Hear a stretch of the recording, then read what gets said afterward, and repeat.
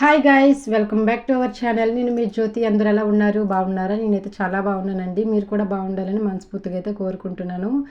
ఇంకా 2-3 డేస్ నుంచి అయితే మాకైతే బీభత్సమైన వర్షం అనమాట. ఇంచుమించు థర్స్డే, ఫ్రైడే అట్లాగే సాటర్డే కూడా లైట్గా అయితే పడిందనమాట. ఇంక ఇది వచ్చేసి సాటర్డే రోజు అనమాట. నేనైతే ఇంక ఎట్లాగైతే చేశానండి. ఇంకా మార్నింగ్ అయితే 8:30కి ఇట్లాగైతే వాతావరణం అయితే కొద్దిగా తెరిపైతే ఇచ్చిందనమాట. అప్పటికైతే ఇంక ముందు రోజు అయితే ఇల్లంతా మంచిగా డీప్ క్లీన్ అయితే చేశాను కదండి. చాలా వరకు అయితే బట్టలు, బెడ్షీట్లు అన్నీ అయితే ఉండిపోయాయి అనమాట.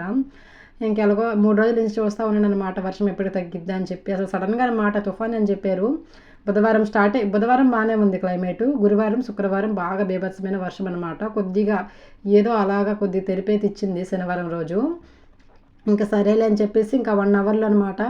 ఫస్ట్ అయితే లేవగానే ఫస్ట్ బట్టలే ఉతికేద్దామని చెప్పేసి అయితే ఫస్ట్ బట్టల పైన అయితే పెట్టానండి. పిల్లల వరకు అయితే ముందైతే నానబెట్టేశాను లేవంగలోనే. పిల్లల వరకైనా ఉతికేసి ఇంకా వాషింగ్ మిషన్లో వేసేస్తే ఇంకా తొందరగా నీళ్ళంతా పిండేస్తే ఇంకా లోపలైనా పెట్టుకోవచ్చు అని చెప్పేసి ఇంకా పెద్దవాళ్ళ బట్టల వరకు అయితే వాషింగ్ మిషన్లోనైతే వేసేసాను అనమాట. ఇంకా చిన్నపిల్లల బట్టలు ఇంకా మహా అయితే ఏముంటుంది, వాళ్ళు డైలీ వేస్తారు కాబట్టి ఉదయం ఒకటి నైట్ ఒకటి వేస్తారు కాబట్టి వాళ్ళకి పెద్దగా మురుకులు ఉండవు కాబట్టి ఇంకా నార్మల్గా కింద సోప్ పెట్టేసి అయితే బ్రష్ కొట్టేసాను అనమాట. వాళ్ళవైతే సింపుల్గా అయిపోతాయి అని చెప్పేసి ఇంకా మా పెద్దవాళ్ళ బట్టలు అయితే ఇంకా వాషింగ్ మిషన్లో అయితే వేసేసాను అనమాట. ఇంకా పిల్లల బట్టలు కూడా జాడించేసానండి ఒక పక్క. ఫైనల్గా అయితే కంఫర్ట్ బకెట్లు అయితే పెట్టేశాను అనమాట. చాలాసేపు అనమాట టైం పట్టింది. ఇంకా నేనైతే ఒక పక్క చినుకులు పడుతూనే ఉన్నాయి, అంటే చిన్నవి అనమాట, అంత కాదు. ఇంకా సరేలే అని చెప్పేసి అయితే ఇంకా పిల్లల వరకైనా ముందు ఆరబెట్టేద్దాం అనుకున్నాను. ఇంకా ఎప్పుడు ఇంకా 1 అవర్లో కొద్దిగా ఎండ అయితే ఎక్కడం స్టార్ట్ అయ్యిందో ఇంకా పెద్దవాళ్ళు కూడా చేసిస్తే బెటర్ అని చెప్పేసి అయితే ఇంకా ఒక పక్క ఆలవి ఇంకో పక్క అయితే పిల్లలవి అయితే ఉతికేసానండి. ఇక్కడైతే పిల్లల బట్టలు అయితే ఇక్కడ డ్రైయర్లో అయితే వేసేసాను కాబట్టి ఇంకా వాళ్ళవైతే తొందరగా 1 అవర్లోనే అయితే ఆరిపోతాయి. కొద్దిగా ఆరినా చాలు ఇంట్లో తీసుకొచ్చి ఫ్యాన్ కింద వేసేవచ్చు అని చెప్పేసి అయితే పిల్లల వరకు అయితే ముందైతే ఆ పని చేశాను అనమాట. ఇంకా అనుకోకుండా ఎండ కూడా రావడం వల్ల లక్కీగా మా బట్టలు కూడా అయిపోయిన తర్వాత ఇంకా ముందు రోజు అయితే బూజు అంతా దులిపాను కదండి. బెడ్షీట్లకి బొంతలకి అయితే కొద్దిగా పట్టేసిందనమాట బూజు.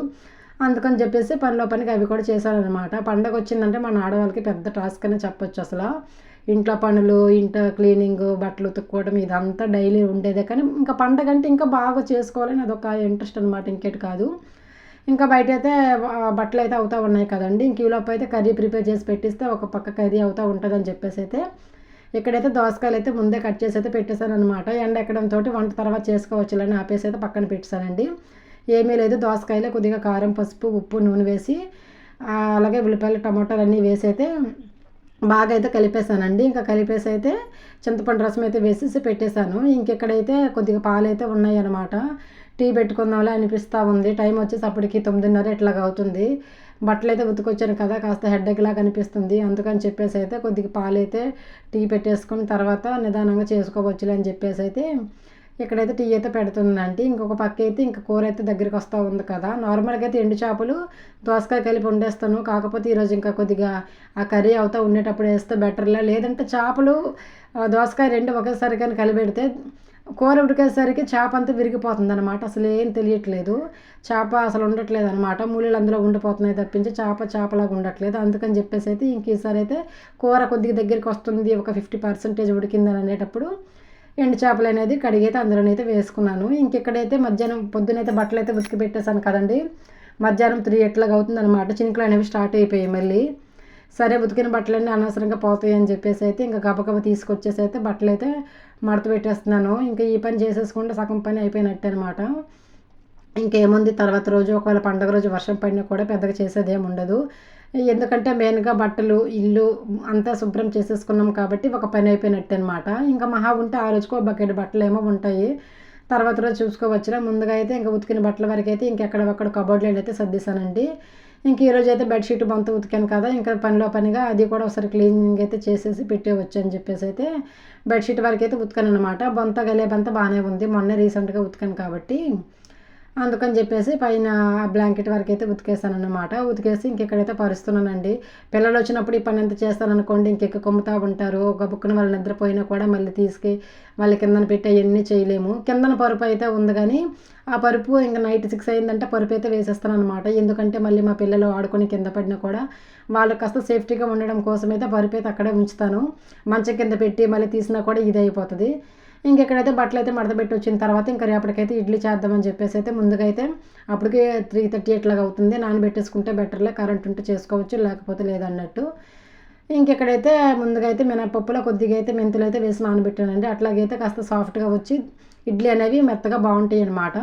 ఇంకెక్కడైతే ఇడ్లీ పిండిని అంతా నానబెట్టేసిన తర్వాత అయితే కాసేపు అయితే అడ్డం పడైతే ఇంకా అప్పటికి 4:30 ఎట్లాగ అవుతుంది. పొయ్యి మీద అయితే టీ పెట్టానమాట. చూడండి 3 డేస్ వర్షం తర్వాత అసలు ఏ మాత్రమైనా ఉందా, అసలు గత్తరగోళంగా అసలు ఉందనమాట. అంట్లు కూడా ఇంటి ముందే వచ్చి కడుక్కోవటం అసలు దరిద్రంగా అనిపించింది. ఇంక ఇల్లంతా బయటంతా చిమ్మేసుకున్న తర్వాత ఇక్కడైతే ఆకులు అనేవి ఎక్కువైపోయాయండి అసలు మామిడి చెట్టుకి.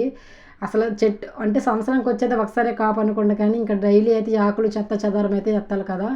ఇంకా అట్లా కాదని చెప్పి 3 డేస్కి అనమాట అసలు చిమ్మలేదు వర్షం పడడం వల్ల.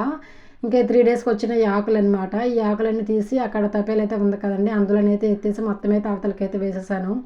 మా పిల్లలు సైకిల్ తొక్కింది లేదు, చేసింది లేదు, అలా చెట్టు కింద ఉండిపోయి పాడైపోవడం తెప్పించి దానివల్ల ఉపయోగం ఏంటి లేదనమాట. ఫైనల్గా అది కూడా చిమ్మేసి ఆకులన్నీ అయితే వేసి పైకైతే వెత్తేసానండి. ఇంకెక్కడైతే 6:30 అట్లాగా అవుతుందన్నమాట టైము. ఒక పక్క అయితే అన్నం పెట్టుకొని ఇంకొక పక్క అయితే ముందుగా ఇడ్లీ పిండి అయితే పెట్టాను కదా, అదైతే మిక్సీ అంతా వేసేసి అయితే పక్కనైతే పెట్టేసుకున్నానండి. ఇంకా అది అయిపోయిన వెంటనే అయితే ఇంకా అన్నం అయితే పొయ్యి మీద ఉడుకుతా ఉంది కదా, ఈలోపు అయితే ఇల్లు చిమ్మేసుకుందామని చెప్పేసి తిల్లు కూడా చిమ్మేసానండి. ఫైనల్గా నా రోజు అనేది ఇట్లా కంప్లీట్ అయిందనమాట. ఫస్ట్ ఆఫ్ ఆల్ మన ఛానల్ని ఫస్ట్ టైం చూసిన వాళ్ళైతే తప్పకుండా సబ్స్క్రైబ్ చేసుకోండి ఫ్రెండ్స్, అలాగే లైక్ కూడా చేయండి. మీరు లైక్ చేయడం వల్ల కాస్త సపోర్టివ్గా అయితే ఉంటుంది. మొత్తానికి 3 డేస్ వర్షం తర్వాత ఈ రోజుకైతే నా పని ఇట్లా సింపుల్గా అయితే చేసేసుకున్నాను అనమాట. బై ద వే ఈ వీడియో నచ్చితే తప్పకుండా లైక్ చేయండి ఫ్రెండ్స్. థ్యాంక్స్ ఫర్ వాచింగ్ అండి. బాయ్.